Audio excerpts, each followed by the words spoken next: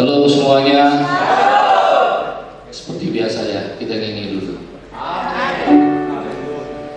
Bersama Dia hatiku aman, walau dalam lembah kekelaman. Bersama Dia hatiku damai, walau hidup penuh tantangan, tak satu pun dapat menghiburku, tak seorang pun dapat menolongku. Hanya Yesus jawaban hidupku.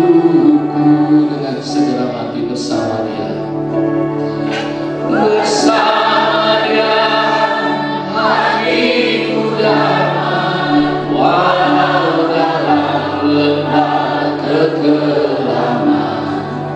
Bersama Dia hatiku tenang, walau hidup penuh tantangan, tak satu pun dapat menghiburku, tak seorang pun dapat menolongku. Hanya Yesus jawaban hidupku. Bapak Ibu yang saya kasihi, dalam minggu ini kita kehilangan satu jemaat yang kembali ke rumah Bapak, yang bernama Ibu Evi Marbun, yang biasanya hadir bersama dengan kita di minggu ini. Waktu kami ikut ibadah penghiburan itu, ada satu kalimat dari Bapak Pendeta Supri, bahwa kematian itu justru membawa perjumpaan kita dengan Tuhan. Hal yang menakutkan dalam diri kita, justru yang menurut dunia itu menakutkan, justru itu adalah hal yang terindah. Nah, pagi hari ini karena kita semua hadir di tempat ini, saya ingin kita menundukkan kepala, kita berdoa supaya keluarga yang ditinggalkan diberikan kekuatan dan penghiburan. Amin. Mari kita tundukkan kepala kita. Bapak, ada saudari kami yang sudah berpulang terlebih dahulu, mendahului kami ke rumah Engkau. Kami percaya firman-Mu berkata, di rumah-Mu banyak tempat tinggal. Kami percaya Ibu Marbun, Ibu Evi Marbun sudah bersama dengan Engkau di rumah Bapa. Kami berdoa keluarga yang ditinggalkan, kiranya Tuhan memberikan penghiburan, kekuatan, dan juga Engkau yang berikan damai sejahtera bagi mereka. Semua acara, baik nanti penguburan, acara adat, bahkan dari gereja ini yang akan melayani untuk penutupan peti dan juga sampai ke penguburan, Tuhan Engkau berkati Pak Gembala kami, Tuhan. Berikan kami semua hati yang tulus untuk melayaninya. Di dalam nama Tuhan Yesus kami berdoa dan mengucap syukur. Sama-sama katakan amin. Bapak Ibu yang dikasihi Tuhan, sadar atau tidak, panggilan Tuhan terhadap hidup kita itu selalu melebihi kekuatan kita. Betul? Tidak ada yang tahu kita nanti akan menjadi apa. Kalau tadi lagunya bilang suka-sukamu Tuhan, tapi jelas firman berkata suka-sukanya Tuhan adalah mengangkat kita menjadi kepala, bukan menjadi kepala. Amin. Panggilan hidup kita, Pak Gembala nggak tahu suatu hari akan menjadi gembala tempat ini, bahkan nanti akan sampai memberkati bangsa-bangsa. Tidak ada yang tahu. Tidak ada yang tahu suatu hari saya harus melayani berada di mimbar ini. Bahkan saya mendorong adik saya, Pak Telon Banua, harus mulai berada di mimbar, Pak ya. Ya Pak Telon Banua harus segera berada di mimbar. Mungkin di pemuda, ya harus. Karena tidak ada yang tahu panggilan hidup kita selalu melebihi kekuatan kita. Gak mungkin dengan kekuatan kita, tidak. Bisa dilihat di Alkitab, tidak ada mereka yang dipanggil sesuai dengan kekuatannya, tapi selalu melebihi kekuatannya. Tetapi pencobaan, tantangan dalam hidup kita tidak akan pernah melebihi kekuatan kita. Katakan amin. Amin. Kita tahun ini diberikan Tuhan visi dalam gereja ini untuk menjadi pahlawan yang gagah berani karena penyertaan Tuhan. Ini jam berapa? Harus lihat dulu supaya nanti jangan lewat. Gideon waktu dipanggil, dia mengalami masalah sendiri. Bahkan dia, orang Israel, bersembunyi di gua-gua takut untuk tampil. Setiap mereka mau panen, maka orang Midian itu akan datang untuk menghancurkan semua panen-panen mereka supaya mereka tidak ada makanan. Mereka mengalami masalah yang pelik, masalah hidup dan mati karena panen. Gideon itu berasal dari suku Manasye, paling kecil di antara suku Manasye, dari suku Manasye. Manasye adalah suku turunan dari Yusuf. Mereka itu paling kecil. Bahkan waktu Yakub memberkati anak-anak daripada Yusuf, dia menaruh tangan kanannya ke Efraim. Dia mengatakan, adiknya itu lebih besar daripada abangnya. Suku Manasye itu udah mendapat yang berkat yang berbeda dengan adiknya. Dan Gideon ini berasal dari suku terkecil dari Manasye, dan dia adalah yang paling muda di antara semua sukunya. Mereka menghadapi masalah dan tantangan dalam diri mereka. Gideon juga menghadapi masalah di dalam dirinya juga. Tapi Tuhan datang, suara itu mengubahkan segala-galanya. Waktu Tuhan bilang, hai engkau pahlawan yang gagah berani, pejuang yang hebat, itu mengubah Gideon. Langsung tidak. Gideon tidak diubahkan langsung, tapi Gideon menemukan bara di dalam dirinya untuk bangkit. Panggilan dalam hidup kita, baik di dalam pelayanan, baik di dalam gereja, itu adalah proses yang harus kita hadapi satu persatu. Yang paling susah itu kalau kita khotbah di depan keluarga kita, karena mereka tahu kesalahan kita. Apalagi Pak Telebonua nggak 24 jam dengan saya, tapi satu hari minimal 8 jam dengan saya. Kami selalu bersama. Dia tahu kekurangan dan kelebihan saya. Dia tahu saya kadang-kadang meledak-ledak, tahu. Maka paling berat kalau khotbah di depan dia. Depan Musali. Kenapa? Itu paling berat karena mereka tahu. Yang dilihat cuma adalah packaging saya di sini, tapi mereka tahu kesalahan saya. Tapi kenapa saya harus beranikan diri berkhotbah bahkan menjelaskan firman Tuhan? Karena juga walaupun di dalam proses itu saya kadang meledak, tapi dia Allah saksi bahwa saya selalu menceritakan. Amin. Yes. Gideon berproses. Suara dari surga, hai pahlawan yang gagah berani. Tuhan, lihat ya, dengar ini baik-baik. Tuhan memanggil Gideon tidak untuk menyelesaikan masalah Gideon saja. Supaya kita mengerti, Tuhan memanggil Gideon bukan untuk menyelesaikan masalah Gideon saja. Tuhan memanggil Gideon bukan untuk menyelesaikan masalah satu suku.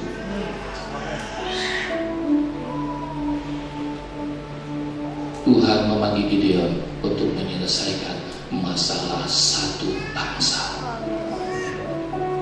Ketakutan satu bangsa dipenuhi oleh Gideon melalui panggilan Tuhan. Kita sendiri dalam kehidupan kita, saya berpikir menjadi pengusaha yang sukses itu adalah panggilan Tuhan yang sebenarnya. Panggilan Tuhan yang sebenarnya waktu engkau menjadi berkat pada dia. Tuhan panggil Gideon untuk menjadi pemimpin, bukan menjadi dipimpin. Maka hari ini saya mau kasih satu tagline daripada Bapaknya, it's time to be a leader. Inilah waktunya setiap kita yang mendengarkan firman Tuhan ini berani keluar menjadi pemimpin. Bukan hanya menjadi orang yang selalu mau dipimpin, enggak. Tapi mau menjadi orang yang Tuhan mau dipimpin. Oh, apakah itu langsung menjadi proses? Tidak. Dia juga berproses. Dia bahkan tidak begitu yakin dengan panggilan dia. Dia tebarkan jaketnya berbulu itu, nanti embun sini. Dia uji Tuhan.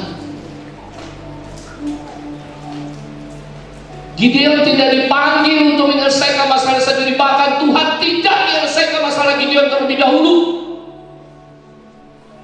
Tapi Tuhan panggil Gideon untuk menyelesaikan masalah satu bangsa, sehingga masalah Gideon juga terselesaikan. Ada satu tadi pagi baru saya dapat firman Tuhan ini. Coba Lukas berapa tadi ya? Lukas 22 ayat 31 dan 32. Coba Lukas 22 ayat 31 dan 32. Kita baca sama-sama. 2, 3. Simon, Simon, lihat, iblis telah menuntut menanti kamu seperti gandum. Ayat 32. Tetapi aku telah berdoa untuk engkau supaya imanmu jangan gugur, dan engkau, jikalau engkau sudah insaf, kuatkanlah saudara. Tuhan bilang sama Petrus, gua tahu lu akan jatuh, gua tahu lu akan mengalami kejatuhan iman. Tapi ingat, dalam bahasa Inggrisnya, if you turning back, waktu engkau berbalik, apa tugasnya? Apa tugasnya? Kuatkan saudara-saudara. Bersama-sama dengan siapa tugasnya? Kuatkan saudara-saudara. Panggilan dalam hidup kita adalah menguatkan orang lain. Amin. Kita benar punya problem, ada. Bahkan problem yang bukan karena kesalahan kita, ada. Tapi firman Tuhan jelas berkata, kasih karunia itu bukan bicara hanya kita tulis keluarga berkata, tapi kasih karunia juga berbicara kalau kita menderita karena kesalahan orang yang tidak kita buat. Itu kasih karunia. Waktu kita menerima sesuatu yang tidak kita inginkan karena bukan kesalahan kita, kita menerima, kita mendoakan. Saya nggak tahu antara kita, tapi saya banyak keluarga saya yang belum bertobat sungguh-sungguh di dalam Tuhan. Setiap kita harusnya punya beban untuk mendoakan keluarga kita. Setiap kita harusnya punya beban untuk keluar sebagai pemimpin untuk mendoakan Go Thousand jemaat.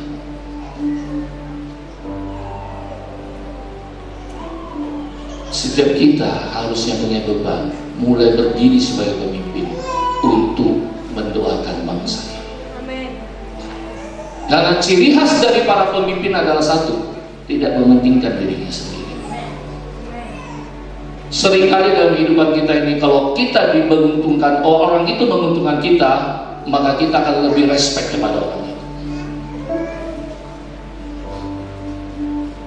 Tetapi waktu kita tidak diuntungkan, maka respect kita berkurang. Dan paling sulit diuntungkan adalah yang tidak menguntungkan kita adalah keluarga. Kenapa sih begitu? Karena mereka yang tahu siapa kita sejak kecil. Setiap kita mau ngomong, lu gini. Apalagi kalau ada yang bapak ibunya nelpon, kalau orang lain nelpon, shalom, apa kabar kawan? Begitu mamanya nelpon, ada apa mak? Kenapa? Minta uang mamaku ini. Betul? Betul ya, jujur kali. Tapi itu yang terjadi. Kalau kita berhubungan dengan orang dan orang itu menguntungkan kita atau minimal tidak mengganggu kita, maka kita pasti lebih respect, kita lebih mau ke sana. Tapi kita tidak mau berhubungan dengan orang yang sudah kita ngomongi berkali-kali tapi masih bandel. Kita mulai. Tapi lihat, tadi pagi saya dapat firman Tuhan ini. Ini sebelum Petrus jatuh menyangkal Tuhan. Tuhan sudah ingatkan. Tuhan bilang, kalau kamu sudah, if you turning back, kalau kamu sudah berbalik dari jalanmu, kuatkanlah saudara-saudaramu. Amin. Bersama Dia hatiku damai, walau dalam lembah kekelaman. Bersama Dia hatiku tenang, walau hidup penuh tantangan, tak satu pun dapat menghiburku, tak seorang pun dapat menolongku. Hanya Yesus jawaban hidupku. Sampai itu ada di dalam pikiran kita. Waktu kita hadapi tantangan, Yesuslah jawabannya. Tadi Pak Gembala bilang begini, saya bingung kenapa Pak, saya bukan kebanggaan, karena mau baca satu pasal pun Tuhan memberkati kita. Amin. Memang kebiasaan saya dan kesukaan dari kebiasaan itu menjadi habit. Dari kesukaan itu menjadi habit. Jadi kebiasaan saya itu memang baca Alkitab. Setiap saya punya waktu, saya lebih suka baca Alkitab. Tapi yang rutin adalah pagi dan malam. Minimal kalau satu session pagi saya baca minimal 60 pasal, kadang sampai 100 pasal. Satu Alkitab biasanya range 5-7 hari selesai. Sampai semalam saya menyelesaikan pembacaan ke-16 tahun ini. Saya mulai counted, saya baca Alkitab tuh mulai tahun 2022, mulai counted. 2022 saya 14 kali, 2023 saya 21 kali, 2024 saya 48 kali selesai baca Alkitab. Dan tahun bulan ini semalam selesai ke-16. Apakah saya lebih hebat dari saudara? Tidak. Kita semua di posisi yang sama. Kita adalah His beloved Son. Kita semua adalah anak yang sangat dikasihi Tuhan. Bukan berarti kalau ada di antara kita melakukan satu hal-hal kegiatan rohani yang lebih dari orang lain, maka Tuhan lebih sayang pada dia. Enggak. Tuhan tidak bisa lebih sayang lagi pada kita semua karena seluruh ciptanya sudah diberikan pada kita waktu dia mati di kayu salib. Gak ada yang bisa lebih dari Tuhan. Tapi setiap kita harus memacu diri kita membangun dasar yang kokoh di dalam Kristus. Dan membangun dasar ini tidak satu malam, tidak. Kita bukan cerita Irak, negeri satu malam, 1001 malam, bukan. Tapi ini adalah proses yang harus berlanjut sampai nanti kita kembali bersama dia di awan-awan yang bermain. Kita semua dijemput. Nah, supaya kita terpesona, tadi ada lagunya, anugerahmu mempesonaku. Bagaimana supaya kita bisa membangun dasar yang kuat itu? Kita harus tahu bahwa siapa Yesus yang mempesona kita. Dia bukan sekadar Yesus yang dinyanyikan setiap hari Minggu. Bukan. Di pujian ada dinyanyikan lagunya. Yang anugerahmu mempesona itu.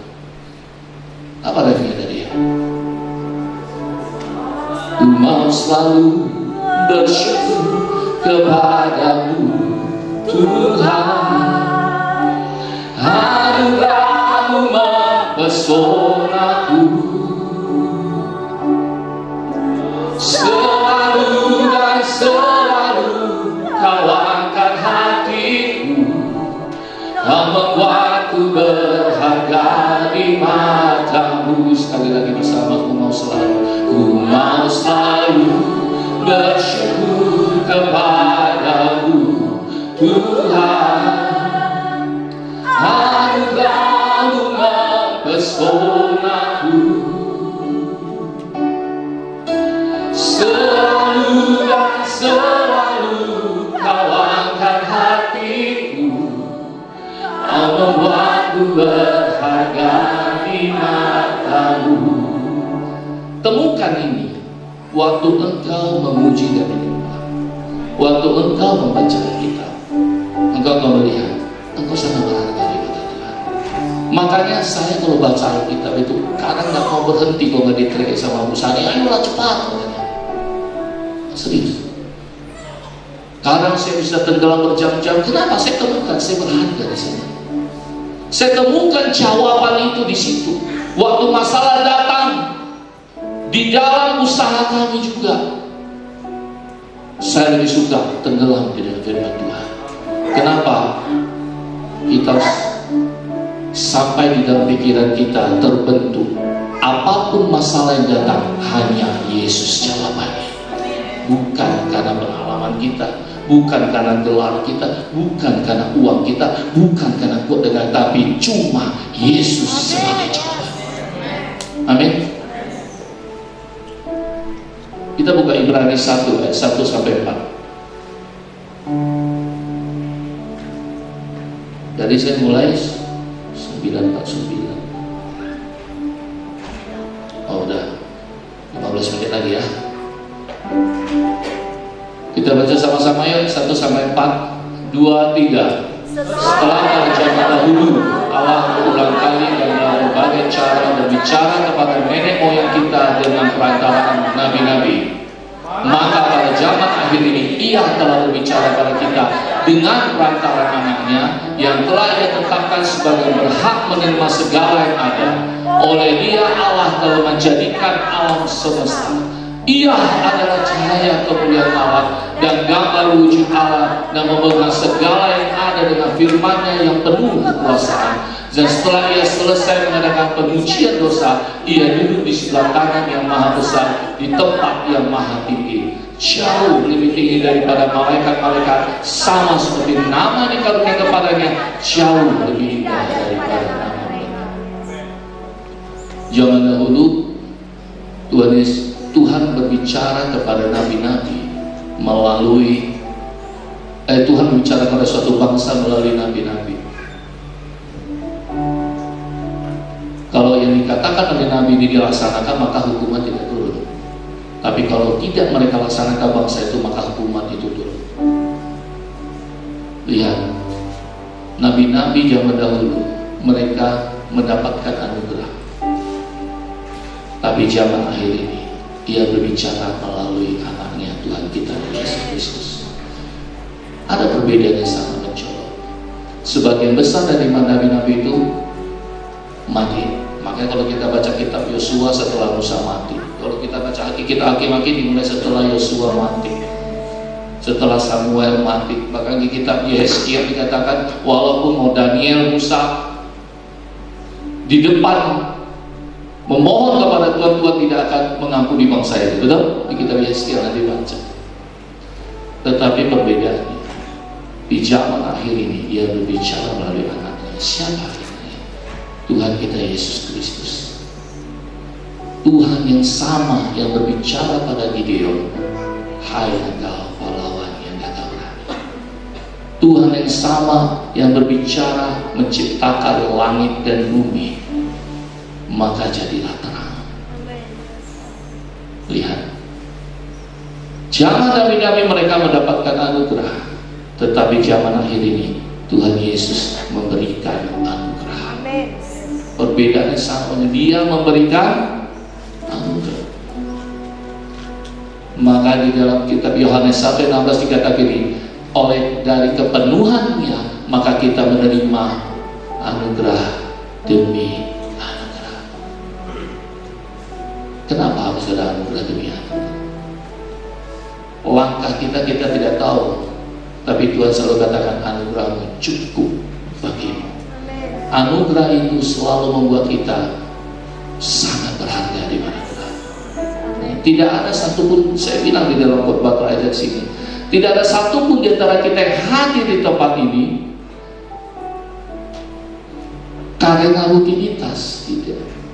Kita semua yang hadir di tempat ini karena kita tahu kita perlu Dia, Tuhan yang ada luar biasa. Ada satu kalimat yang bagus. Without God, we are nothing. With God, we have everything.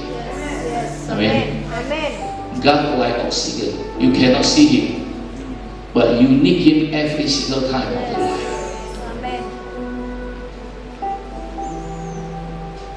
Pribadi ini adalah pribadi yang hebat. Kalau tadi dikatakan Ia bahkan turun ke dunia ini melakukan pengujian dosa. Saya kasih tahu, agama Kristen adalah agama yang tidak penuh dengan logika. Orang-orang Kristen yang percaya pada Kristus adalah orang yang tidak punya logika. Karena tidak bisa diterima dengan logika bahwa Dia Allah yang hebat, mau turun ke dunia ini, kemudian melakukan pengujian dosa, mati di kayu salib, dan bangkit pada hari yang ketiga, dan kemudian naik ke surga. Itu agama tidak bisa dilihat dengan logika, diterima dengan logika nggak bisa. Tetapi orang Kristen hidup dari iman. Betul nggak? Maka dikatakan Roma 1:16 Injil ini adalah kekuatan Allah. Tapi Roma 17 dikatakan yang memimpin kita dari iman kepada iman. Kadang-kadang iman ini berbicara tentang apa yang kita butuhkan saja di dunia ini. 1 Korintus 15 ayat 19 berkata begini, kalau dalam hidup ini saja kita berharap menaruh pengharapan pada Tuhan, maka kita adalah orang yang paling malang dalam dunia ini.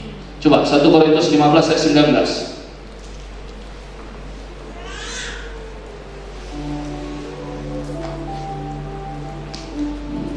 Oke. Jikalau kita hanya dalam hidup ini saja menaruh pengharapan pada Kristus, dan ini yang sekarang orang Kristen, orang-orang yang mengikuti Yesus terjebak di sana.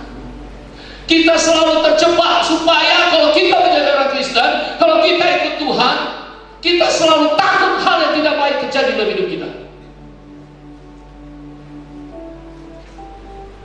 Sehingga mental kita tidak disiapkan untuk menghadapi hal-hal yang buruk tersebut. Iman kita tidak kita siapkan.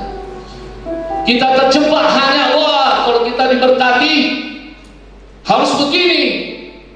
Kita takut menceritakan waktu ada goncangan di dalam pekerjaan kita, di dalam usaha kita, di dalam keseharian kita. Kita takut menceritakan kepada orang. Kenapa orang lain terbaru tinggi mengecap kita bahwa kita adalah orang yang diberkati, dan kita nggak mau terbuka. Dan kita mulai nggak mau keluar dan kita tenggelam. Disitulah akan masuk pikiran-pikiran yang tidak baik. Hari ini saya ajarin kita semua, kenapa harus ada gereja? Gereja ini bukan cuma tempat kita ibadah hari Minggu.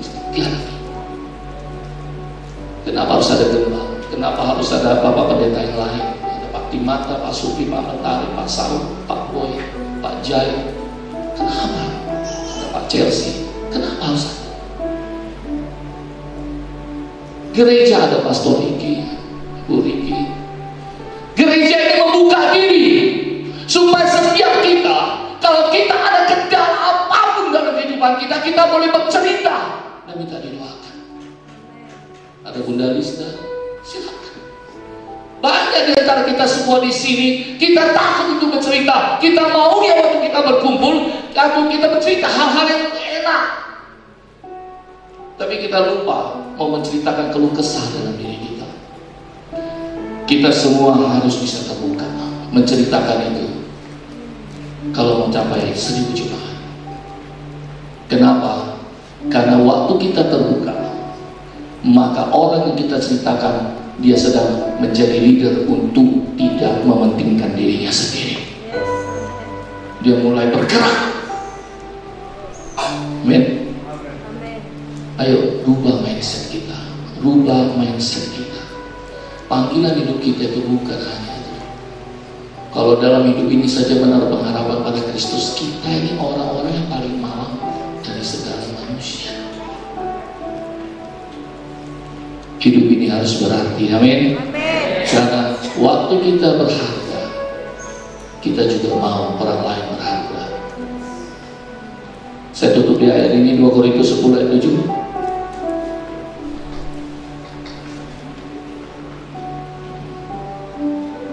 Kita bagi berdiri, kita sama-sama baca ayat ini. 2, 3. Tengoklah yang nyata di depan mata kamu. Kalau ada seorang yang benar-benar yakin bahwa ia adalah milik Kristus, hendaklah ia berpikir dalam hatinya bahwa kami juga adalah milik Kristus. Sekali lagi, tengoklah yang nyata di depan mata kamu. Kalau ada seseorang benar-benar yakin bahwa ia adalah milik Kristus, hendaklah ia berpikir di dalam hatinya bahwa kami juga adalah. Kalau ini ada dalam gereja GKKI, pasti ada. Kita tidak akan melihat orang lain kekurangannya. Kita berbagi kekurangan. Kalau kata Pak Jo, Tuhan bukakan aja itu. Kita bisa saling menerima satu yang lain, bukan saling mengomongkan. Jemaat juga terbuka kepada jemaat, kepada pengerja di gereja, mulai menceritakan. Bukan hanya rutinitas minggu datang ibadah and then sing and go home. Tetapi juga mulai mau terbuka berfellowship. Inilah waktunya. Mungkin gak ada waktu di rumah bisa ngomong, Pak, anak saya ada mau ceritakan telepon saya. Boleh gak? Gereja ini selalu terbuka untuk pelayanan seperti itu. Saya melihat, saya salut dengan Pak Mentari dan Ibu Evi dan teman-teman yang lain tentunya ya. Dan Ibu Evi itu di rumah sakit sebelum dibawa ke rumah duka, beliau sudah di sana. Di rumah duka di sana, malam penghiburan pertama beliau ke situ. Jangan melihat orang itu dari packaging luarnya aja, tapi lihat, waktu engkau yakin engkau berharga di mata Tuhan, orang lain juga berharga di mata Tuhan. Amin. Ku mau selalu bersyukur kepadamu Tuhan. Anugerah-Mu mempesonaku, selalu dan selalu Kau angkat hatiku, Kau membuatku berharga di mata-Mu. Ku mau selalu bersyukur kepadamu Tuhan. Anugerah-Mu mempesonaku, selalu dan selalu Kau angkat hatiku, Kau membuatku berharga di mata-Mu. Bapak yang kami yang sangat baik, anak-Mu ini terbatas untuk menceritakan kehebatan dan kebaikan-Mu kepada seluruh jemaat di tempat ini. Tapi kami percaya di dalam diri kami ada Roh Kudus yang akan membantu kami menceritakan Engkau yang hebat, Engkau yang dahsyat, Engkau yang perkasa dalam hidup kami Tuhan. Terima kasih Tuhan buat anugerah-Mu yang membuat kami sangat berharga di mata-Mu. Ajari kami Tuhan, pegang tangan kami dan berikan kemenangan lepas kemenangan itu Tuhan. Dan biarlah kami mengerti sampai kami kembali kepada Engkau. Kami berproses, di dalam proses tersebut Engkau ada di dalamnya Tuhan. Terima kasih.